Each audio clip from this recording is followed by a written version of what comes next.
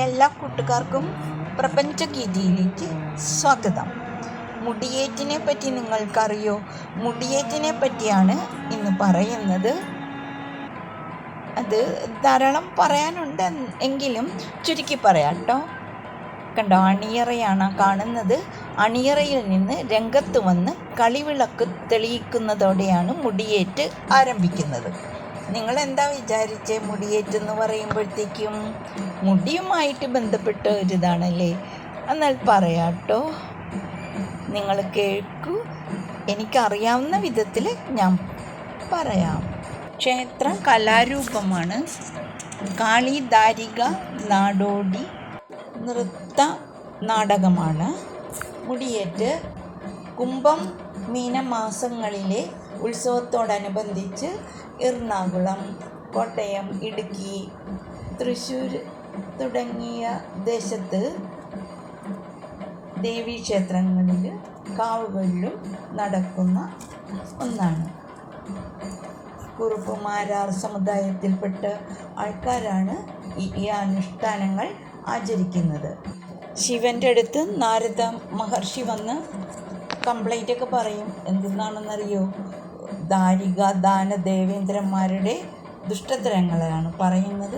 അപ്പോൾ സ്വൈര്യമായിട്ട് ജീവിക്കാൻ പറ്റില്ല, അതെല്ലാം നഷ്ടപ്പെട്ടു എന്നും പറഞ്ഞിട്ട് പരാതി പറഞ്ഞിട്ട് അതെങ്ങനെയെങ്കിലും ഒഴിവാക്കി തരാൻ വേണ്ടി അപേക്ഷിക്കുമ്പോഴാണ് ശിവൻ തൃക്കണ്ണിൽ നിന്നും പരിഹാര നിവർത്തിക്കായി ഭദ്രകാളിയെ ജനിപ്പിക്കുന്നു.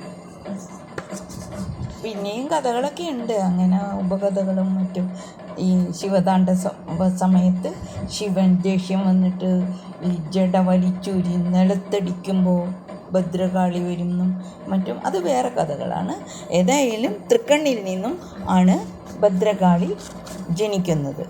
ഭദ്രകാളി വലിയ ദേഷ്യക്കാരിയാണ്. അതുകൊണ്ടല്ലേ അവള് ഭദ്രകാളി എന്നൊക്കെ പറയുന്ന ചിലർ കളിയാക്കുകയൊക്കെ ചെയ്യുമല്ലോ തമ്മിൽ. കളമെഴുത്തിനും പാട്ടിനും ശേഷമാണ് കേട്ടോ ഈ മുടിയേറ്റ്.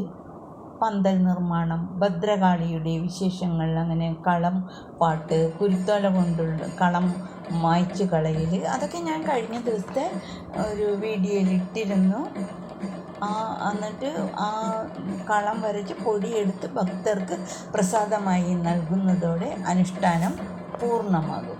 അങ്ങനെയാണ് അണിയറയിലും. അണിയറ കണ്ടില്ലേ?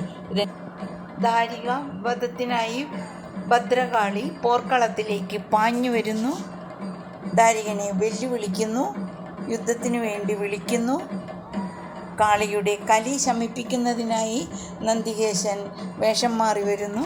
പലതും ഉണ്ട് കേട്ടോ ഇതിൽ. കൂളിയൊരു തമാശക്കാരൻ ഒക്കെ ഉണ്ട്. രാത്രിയിൽ മായയുദ്ധം ചെയ്യുന്നതിനുള്ള കഴിവ് ദാരികനുണ്ട്. രാത്രിയാകാൻ വേണ്ടി കാത്തിരിക്കുന്നു. ഇത് മനസ്സിലാക്കിയ ഭദ്രകാളി കാളിയുടെ നീണ്ടു ചുരുണ്ട മുടി കൊണ്ട് സൂര്യബിംബത്തെ മറയ്ക്കുന്നു.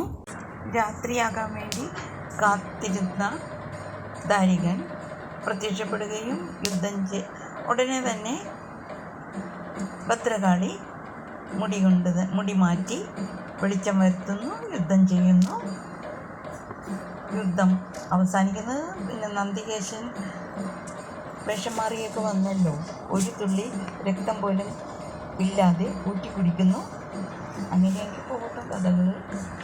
ഇതാണ് മുടിയേറ്റിലെ കഥകളാണ് നമ്മളിവിടെ പറയുന്നത്. അതെല്ലാം നേരിട്ട് കണ്ടാലേ മനസ്സിലാവുകയുള്ളൂ. എല്ലാം നമുക്ക് പറയാനും എഴുതാനും ഒന്നും പറ്റില്ലല്ലോ. എഴുതാം, നമുക്കെല്ലാം എന്തെങ്കിലുമൊക്കെ എഴുതാം എന്നല്ലാതെ. അപ്പോൾ നിങ്ങൾ മുടിയേറ്റ് കണ്ടിരിക്കുക, മുടിയേറ്റ് എന്താണെന്ന് അറിഞ്ഞിരിക്കുക. എനിക്കും ഒരു കാലം വരെ മുടിയേറ്റിനെ പറ്റി അറിയില്ലായിരുന്നു. മുടിയേറ്റ് എന്ന് പറയുമ്പോൾ മുടിയായിട്ടുള്ള എന്തോ ഒരു ഇതാണ്.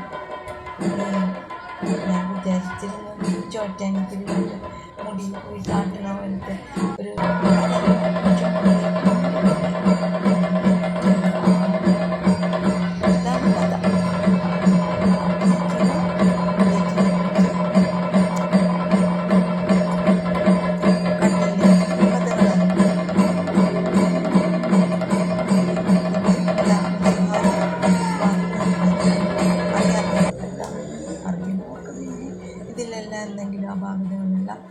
മനസ്സിലാകും ഞാൻ പറയുന്നതെല്ലാം.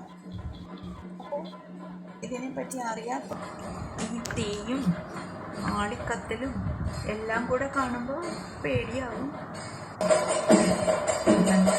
പിന്നെ ഉൾക്കൊള്ളത്തിൽ നിന്നൊക്കെ കാണുകയല്ലേ, കുട്ടികൾക്കെല്ലാം പേടിയാവാൻ സാധ്യതയുണ്ട്.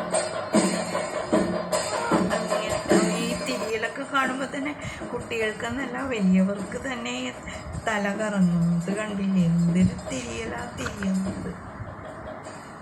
സംഹാരമൂർത്തി എന്തായാലും ഭദ്രകാളി ശല്യം തീർത്ത് കിട്ടി ഗാരികൻ്റെ. അണിയറയിൽ കളി ആരംഭിക്കുന്നതിന് മുമ്പ് തന്നെ ഗണപതി ശ്ലോകമെല്ലാം ഉണ്ടാകുമല്ലോ, വന്ദനം ഒക്കെ ഉണ്ട്. ഗണപതി വന്ദനം അത് എല്ലാ കലകൾക്കും ഉണ്ടാകുന്നതാണ്. അതിനെല്ലാം ശേഷമാണ് കളി തുടങ്ങുന്നത്.